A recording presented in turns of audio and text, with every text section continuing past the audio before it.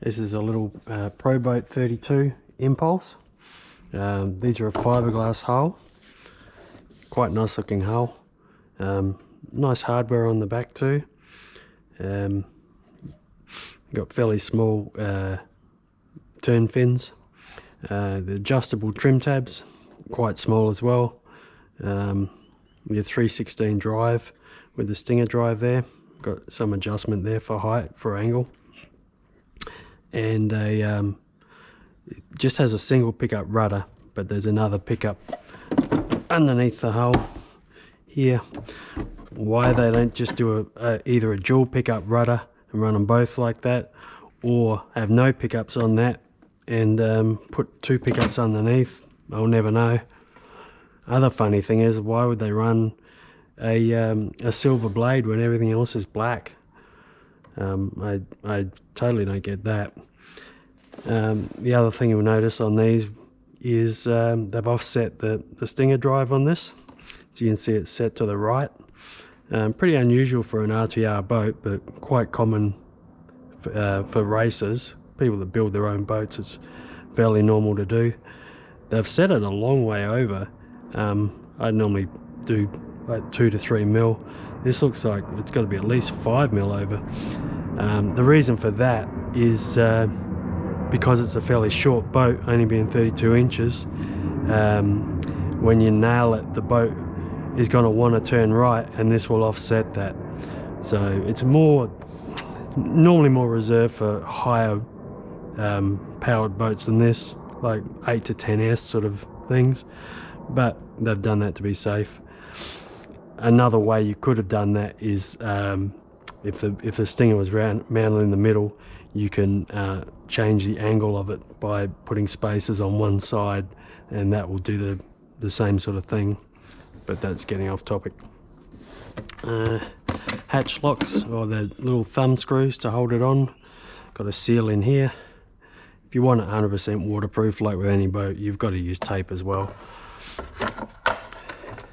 Oh, just back on here, the prop is, I'm not sure what size it is, about 42 mil I suppose.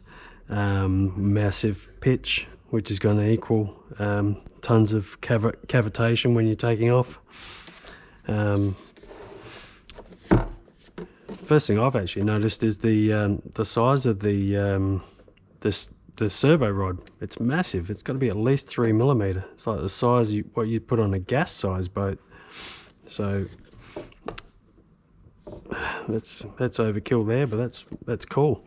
That's your pickup there for underneath. Like I said, they could have just put one on the other side there as well and just neatened all this up. One less chance of a leak where the water's going in as well. It's got a 160 amp speed controller. I think these are 8S compatible. It's got a 2000 kV motor, which is obviously 6S max. And it's a little 36 mil by 82 mil long, I believe.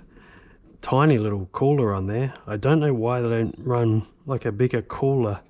I'll try and fit one of ours on there and see if there's a reason. Perhaps it bottoms out underneath if you go too long, but that is quite a small cooler. Everything else is pretty basic, you know. That's where your batteries are going to go. IC5 connectors with the extra wire, so if you run their smart technology battery packs, you can see the battery level on your remote. So that's your little extra wire there. They'll go on the EC5 connectors if you're not running that, if you don't care about that, or if you don't have their batteries. And it's a bit more traditional in the way of how deep. Hang on, can we see this? Just pull this up a bit. How deep the hull is here, whereas compared to their 36 Sonic Wake, this is more of a shallow V rather than this one here is more deep, better for cutting through the water.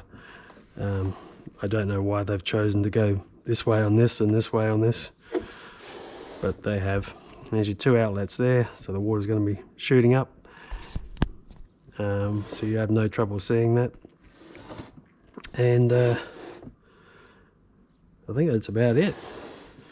It's actually a really good looking boat. I like the dark colours. I'll have to compare it to the a Pursuit 32 inch. Do a comparison on that and see what's what between the two.